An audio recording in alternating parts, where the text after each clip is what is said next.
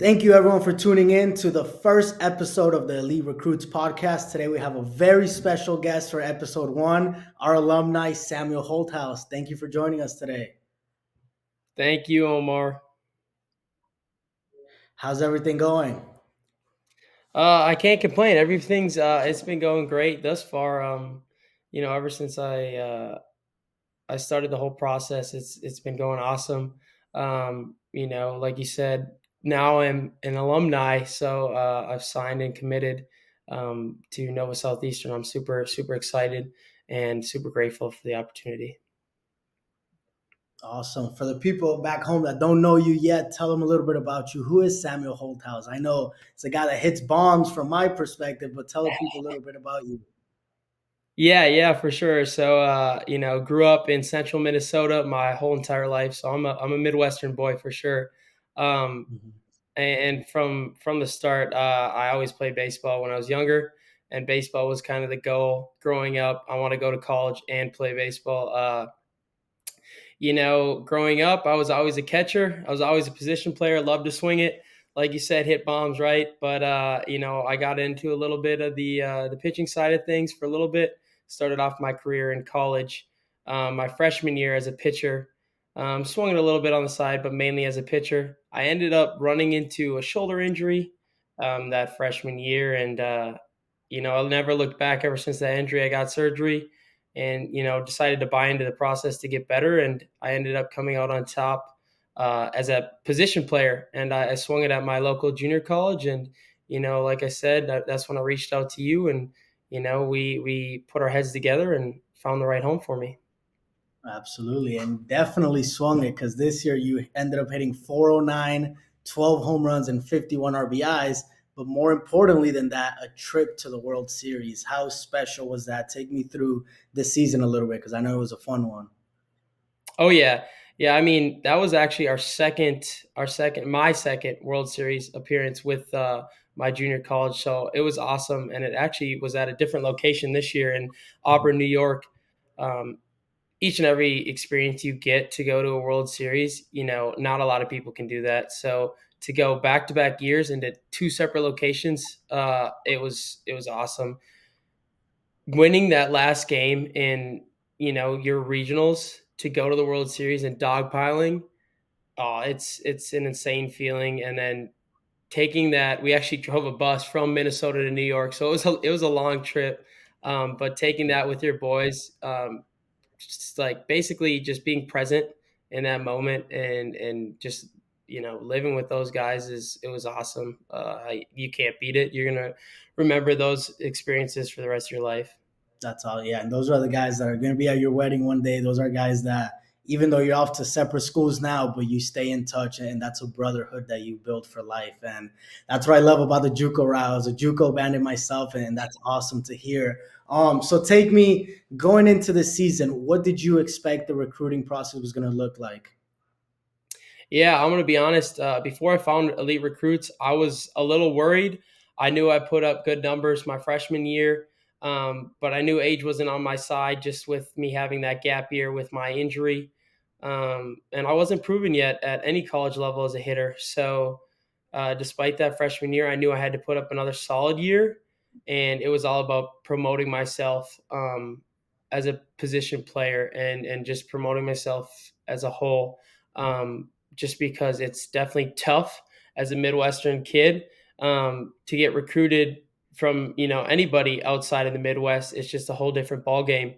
And like I said, without your help, it definitely would have been it wouldn't have been a walk in the park. That's for sure. You definitely earned exactly where you got to because you put up the numbers. You took care of things on your end in the classroom, on the field. So what was it about elite recruits that made you feel comfortable and you put your trust into them for your recruiting process? Yeah, for sure. So from the get go, I saw a few of the testimonials from there were a few guys prior to me, and I loved what I read. And I was like, hey, no better investment in life than an investment in yourself, right?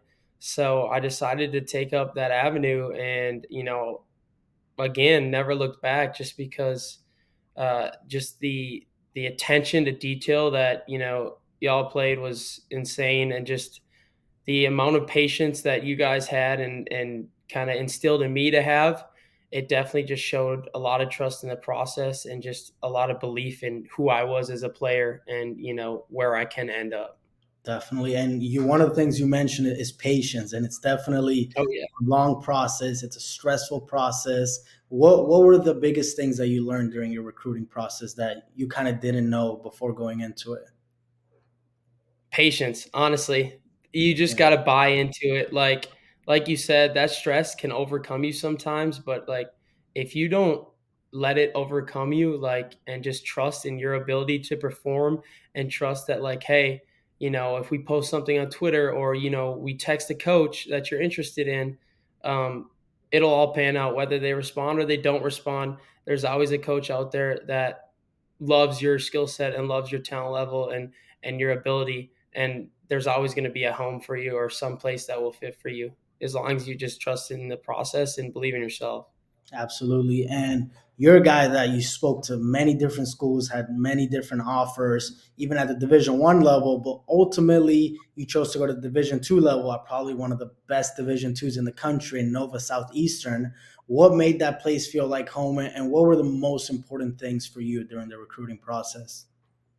Oh yeah. So from the get go, like I said, I wanted to go to a winning culture. Coming from a very successful culture myself in my junior college, I wanted to replicate that, if not even get something better.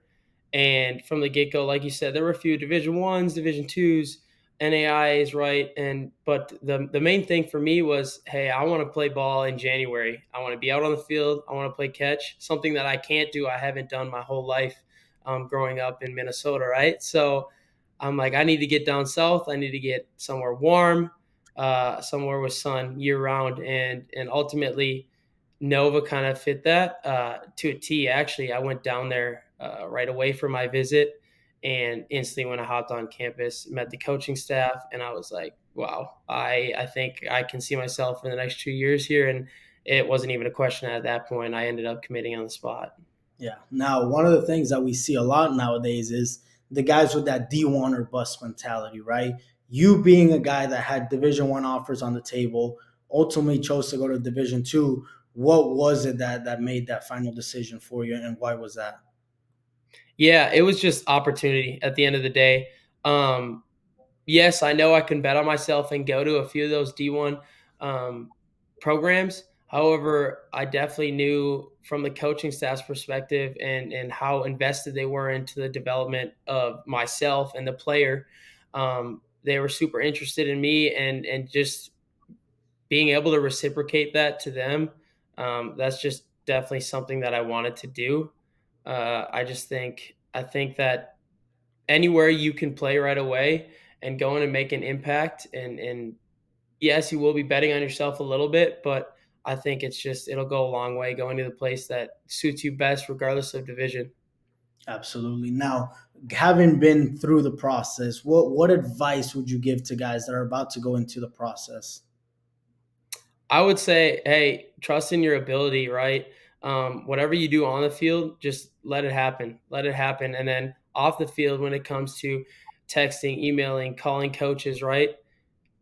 Buy into that too. Buy into investing in yourself. So whatever that may be, but just get your name out there because in this day and age, it's huge to get your name out there. There's so much talent out in the nation that like it's tough to if you play good, they'll see you. You got to still get your name out there. And I mean, if you do light it up and play really good, they will see you too. But definitely get your name out there. That's going to help your cause even more.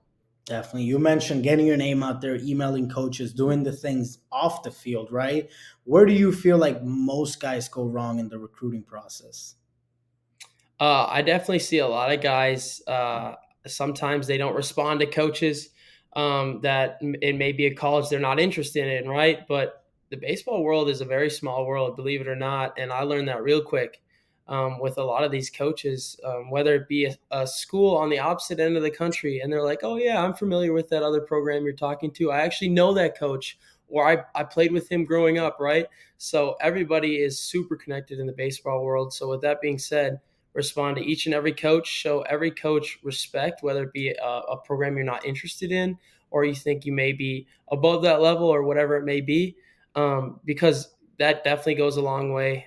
Showing any coach respect, like if you show them that respect, they'll let somebody else know. You may be getting recruited by a different college in that conference, and there's it's voice travels. Word of mouth travels. So it's definitely good. If you put up the numbers on the field, but you're an even better human being, it's definitely going to go a long ways. Yeah, and that's one of, as you know, we've known each other for a good bit now, worked together Oh quite yeah. a bit.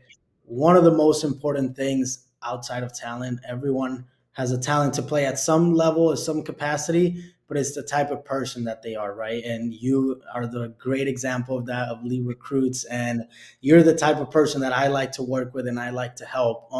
What was your favorite part about working with us, and is there anything that you would change or you would do differently if you had to go through the recruiting process again? I wouldn't change a single thing. I'm gonna be honest. I had a phenomenal experience. My favorite thing, it was getting that notification, a text message from a coach, or like a notification from a new college I was interested in, Mhm. on Twitter. Say they followed me, and then having that open communication and conversation, and I text you immediately, being like, "Hey, they just reached out. Any word on them?" Or like just that open line of communication. Between me and you, it was just it's that was the best part about it, just feeling like I said, feeling like you guys were invested into me, and that just helped the relationship grow and helped me a ton. I appreciate it. And I can't wait to see you play down here very soon. I know you've been working your tail off getting ready for next season. What can we expect out of Sam Holthaus next year? uh Look forward to expecting the same thing you're always going to get when I'm out on the field. uh a fun, compassionate dude. I'm gonna wear my heart on my sleeve, and I'm gonna play the game to my best ability as I can, and you always see a smile on my face. So I love to hear it. Thank you so much for taking the time. Good luck the rest of the summer, and we can't wait to watch you and your continued success. Thank you for the time, Sam. yes, sir. Thank you very much, Omar. Let's go. Hold on. Don't go